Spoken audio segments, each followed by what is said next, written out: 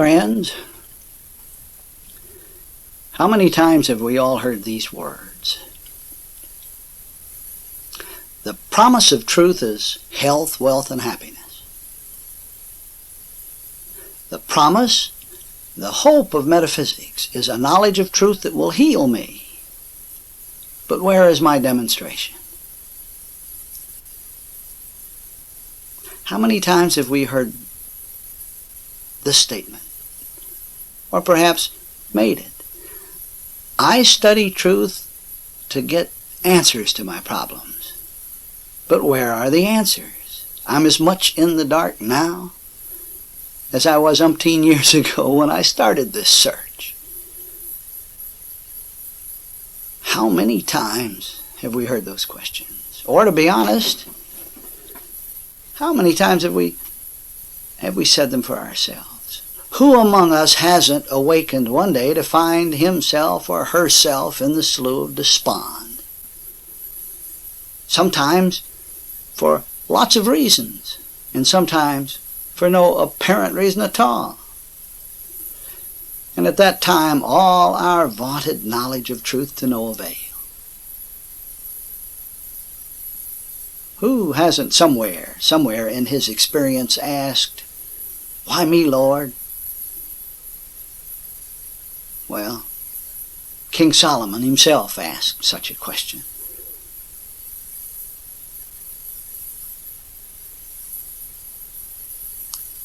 How often I've heard the question, why are all of these physical and mental problems facing me when I've been such a faithful student of this or that philosophy, such a faithful follower of this or that philosophy, such a trusting servant of this or that religion? But I suppose the question that I've heard most, and the one that I've asked most for myself, is, where is the joy, Father? Where is the promised rest, the respite?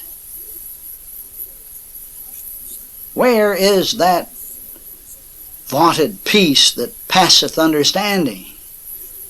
Why am I still filled with terror after all these faithful years of reading the lesson and declaring the truth, and so forth and so forth?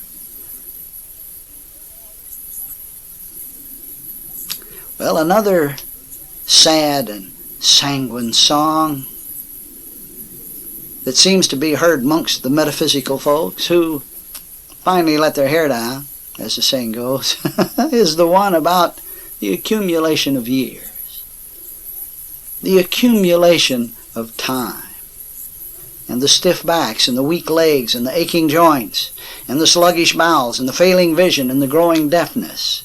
And especially, why, after all of these years of my study of truth, why in the world am I faced with all this? Why the unfeeling children and grandchildren I've been so good to, who leave me so alone now, and who forget how bound I am to this wheelchair, to this room, or to this house? There is still another song that the metaphysicians sing, and metaphysicians sing it more constantly than anyone else among the so-called groups, even the country backwood fundamentalist Baptist or Methodist or Church of God person does, and that is, John is gone now, and Mary is gone now, and my friends are all gone now, and I feel so alone. I'm so lonely. Why is my truth failing me now?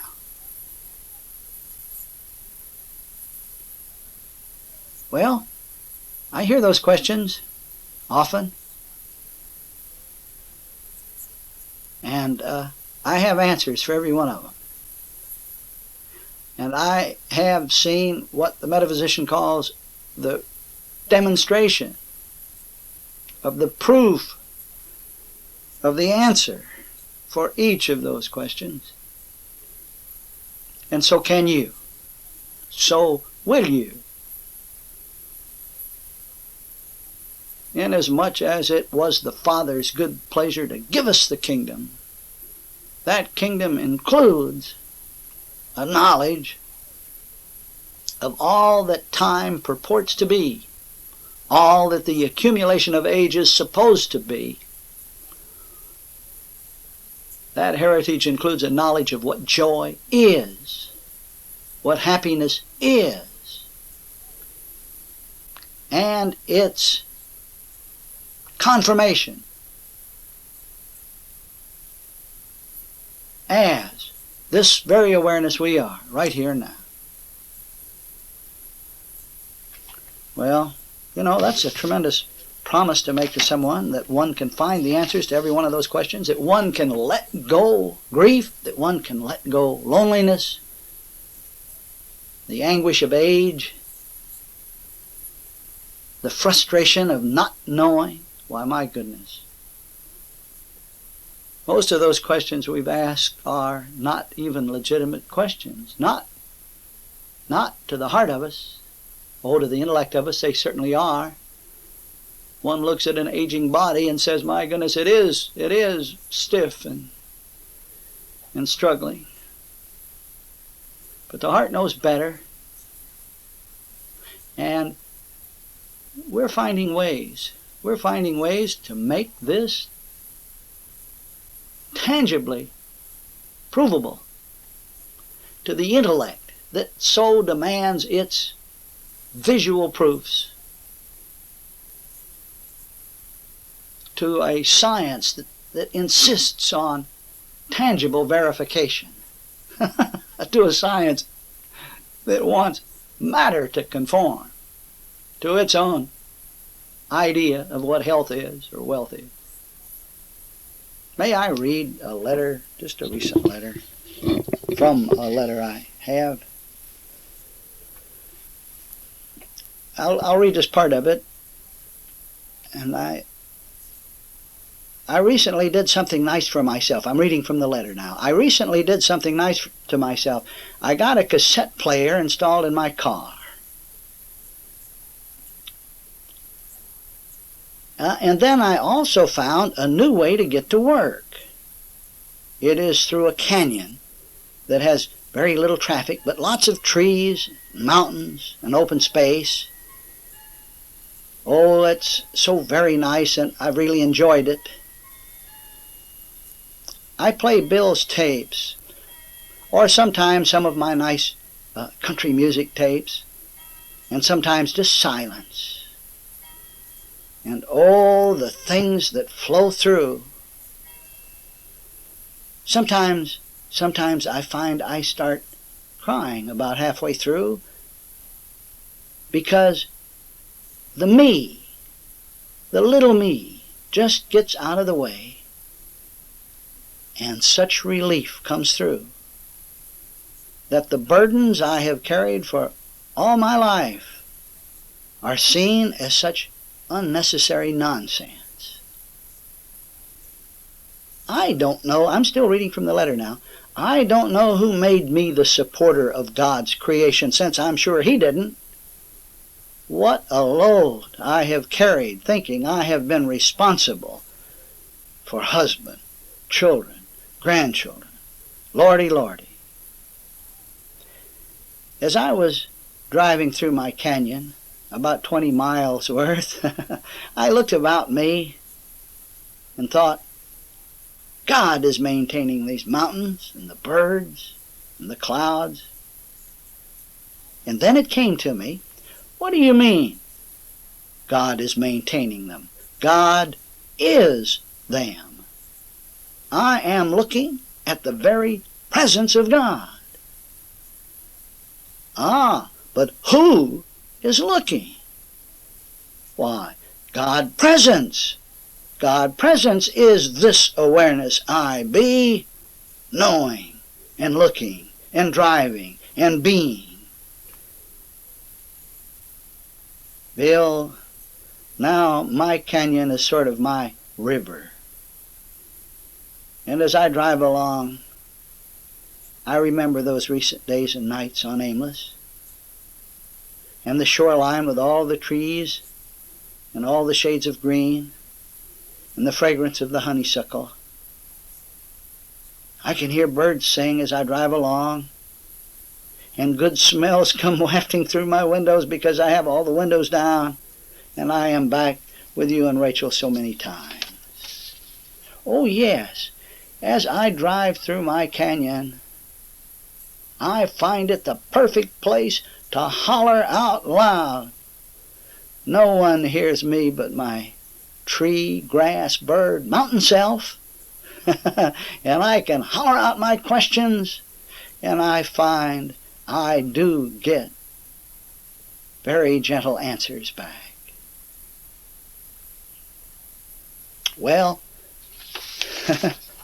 that's confirmation to me that joy can be refound, that burdens can be let go, and that a statement can be made that is understood by myself, a statement I make to myself, as myself. And believe me, the me who says my in this instance is not Bill Samuel. No, never. What makes this statement, this very moment, make any degree of any kind of tangible sense or nonsense is the very awareness that's listening, that is being. The awareness that speaks here is certainly the awareness that listens here. And here is always the only place awareness ever is. Here-ness is as much the fact of being as nowness.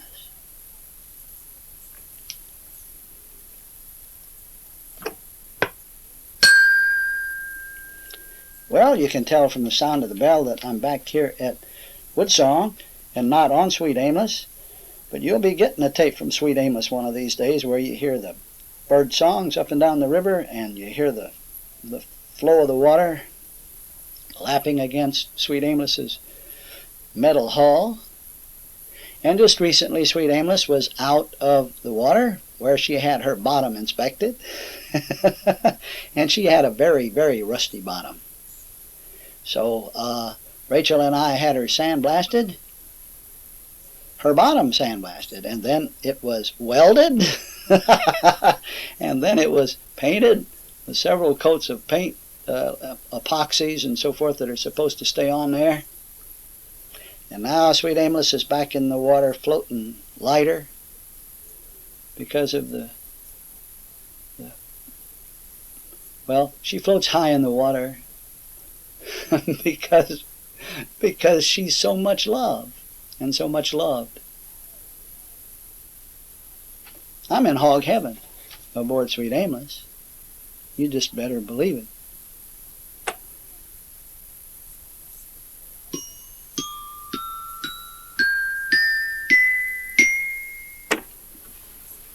There seems to be a lot of fear in the air these days. Fear about many things. Fear about the economic condition of the country. The fear of cancer. The fear of war. And so forth. Suppose we address one or two of these things. For myself, I found that the statement in the Bible that perfect love casts out fear is absolutely true, and that it works.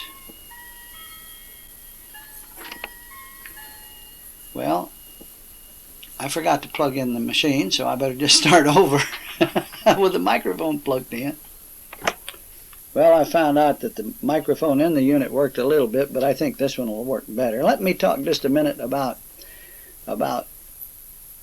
real estate, since there seems to be such a concern about it from so many areas. One's home, one's house, one's property,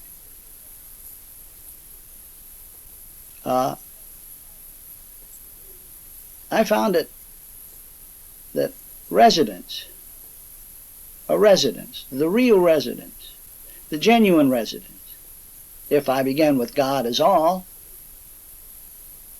residence is that place within God, within mind, wherein life resides. Let me say that again.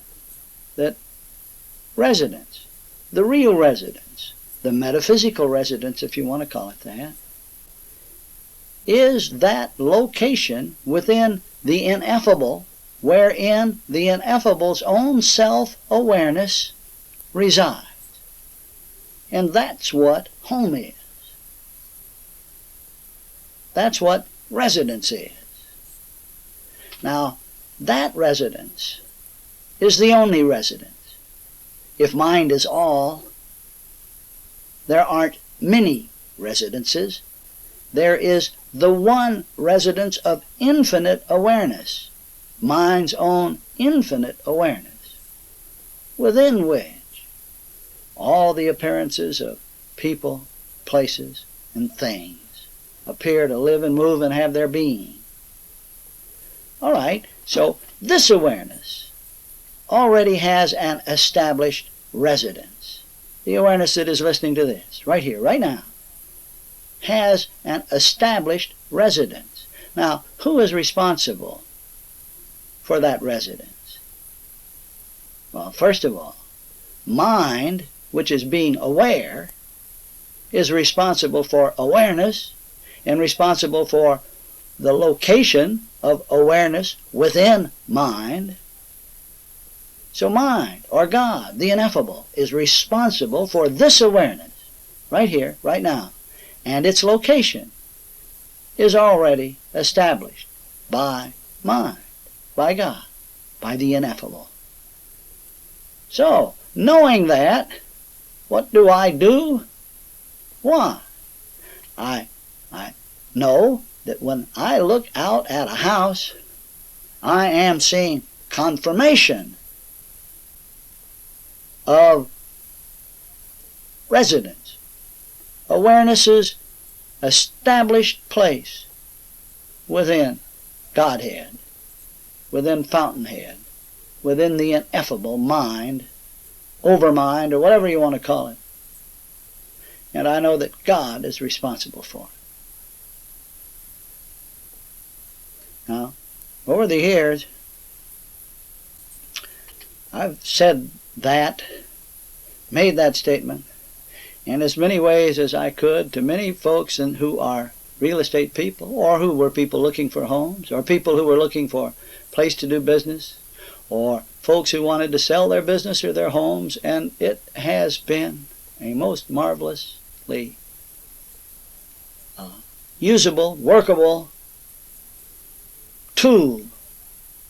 You know, once the truth is perceived and understood, top-down wise, that is beginning with God, beginning with wholeness, beginning with the totality of an ineffable is, which is being the universe, we began there, rather than down with the problem, down with the vacant house, or down with the people, places, and things who are worrying about where to live and what to do. We don't start there. We begin with an ineffable principle, being all, and its infinite self-awareness, which is this very life that's aware here as I, beginning there. Then we can look out at the home and call it by its right name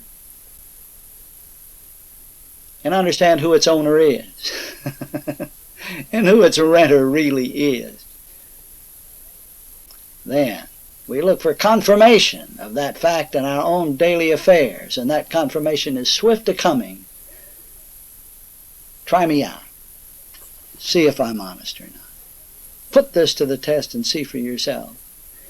If residence, home, isn't that place, and you can't put a pin in that place, and it isn't a point in time and space, it's only confirmed as a point in time and space. You can't put a pin in that location where awareness resides within mind. The brain surgeons have been trying to do that for a very long time to no avail. The psychiatrists have been trying to do that for a very long time to no avail.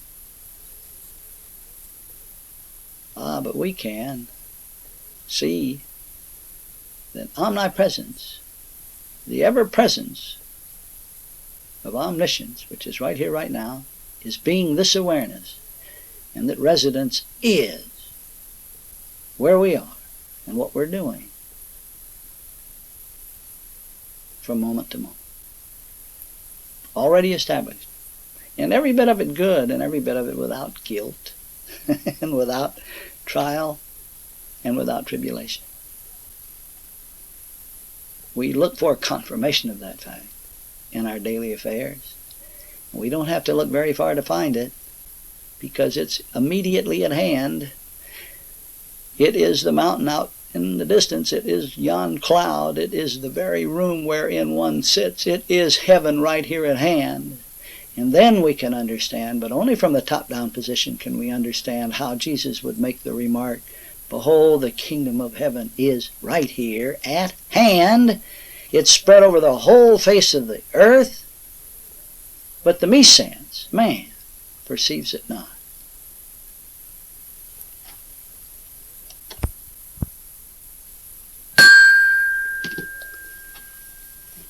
Jesus pointed out the secret of supply in his admonition to take no thought what ye shall eat.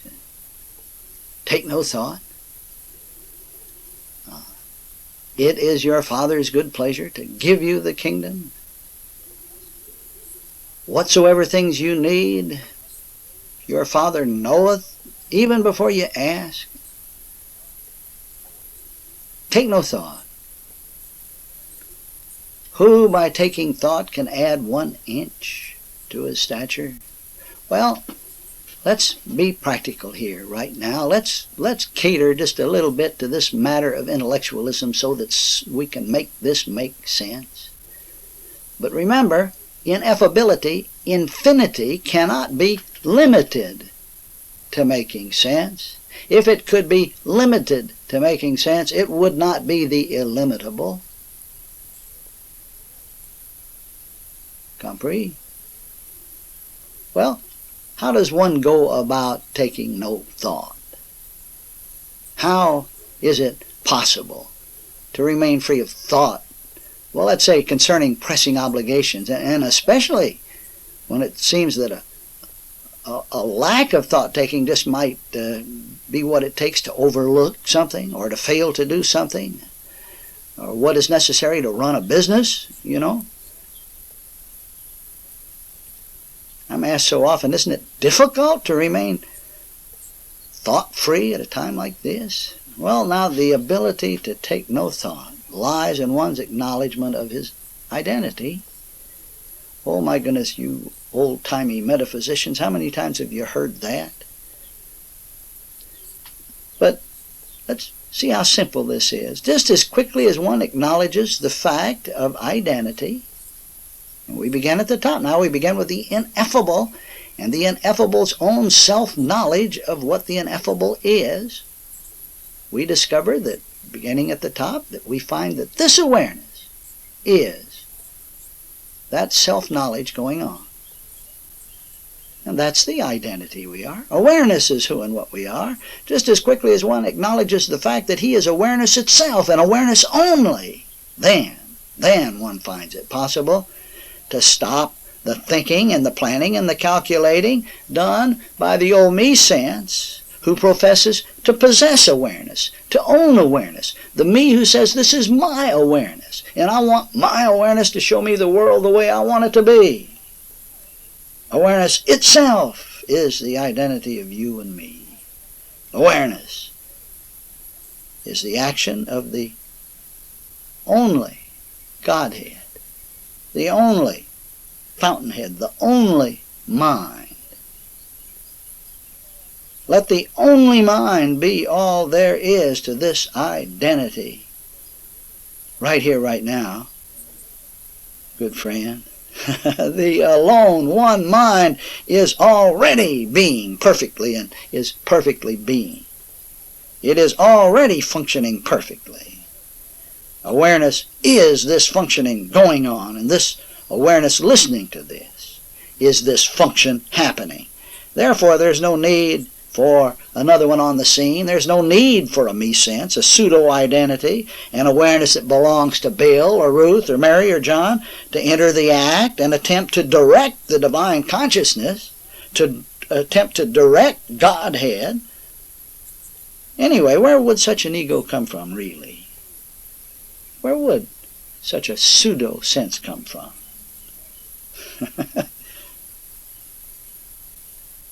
Well, if God isn't going to create a fictitious selfhood, why should we try to be that fictitious dream identity? Why try to be something that is impossible? Why try to be a second God only to suffer the trials and tribulations of judging and experience and liking this and hating that and wanting this and not wanting that, and loving this and trying to destroy that, of burying part of it, of watching part of it, birthing, beginning, and so forth. Now, what do?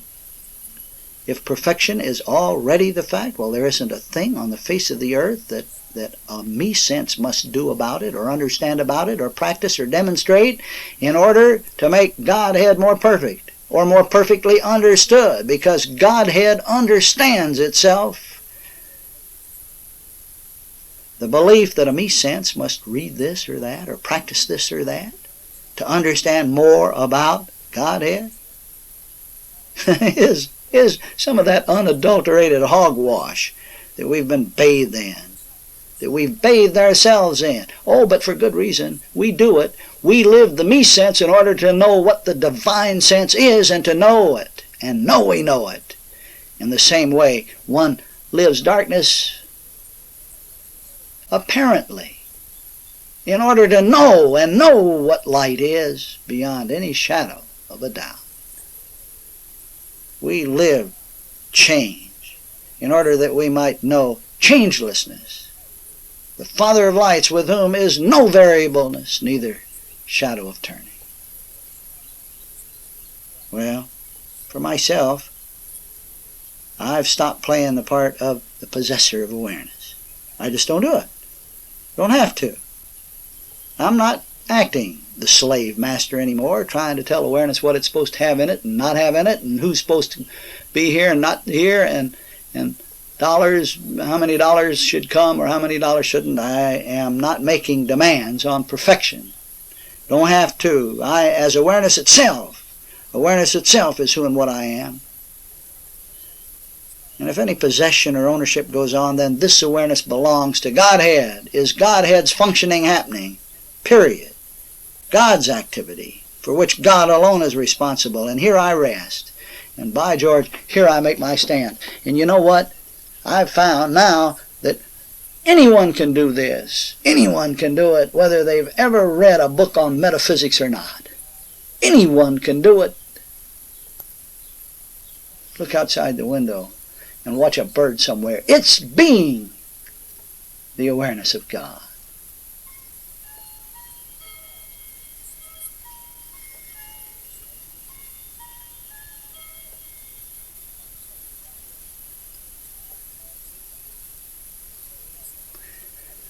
Well, this stand isn't to be construed as an effort that one has to make. It isn't waging a battle. It isn't girding up one's loins. It might be called that to the intellect. It isn't putting on the armor of the Lord, though it might appear that way, or seem that way to one looking on.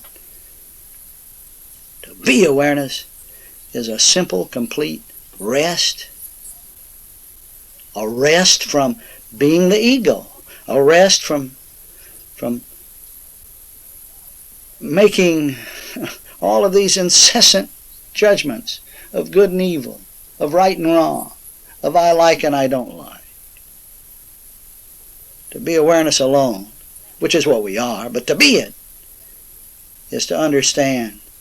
And then simply let go of the pseudo-personality, the separation and its dualism, and the sense of otherness.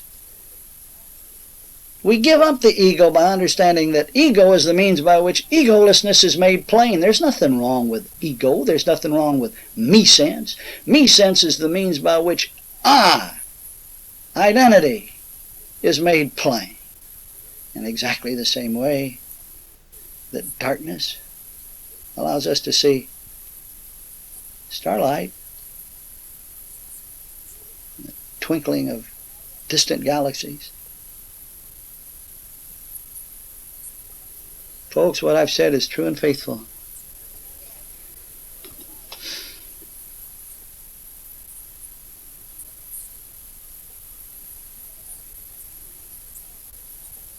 Put it to the test and see for yourself.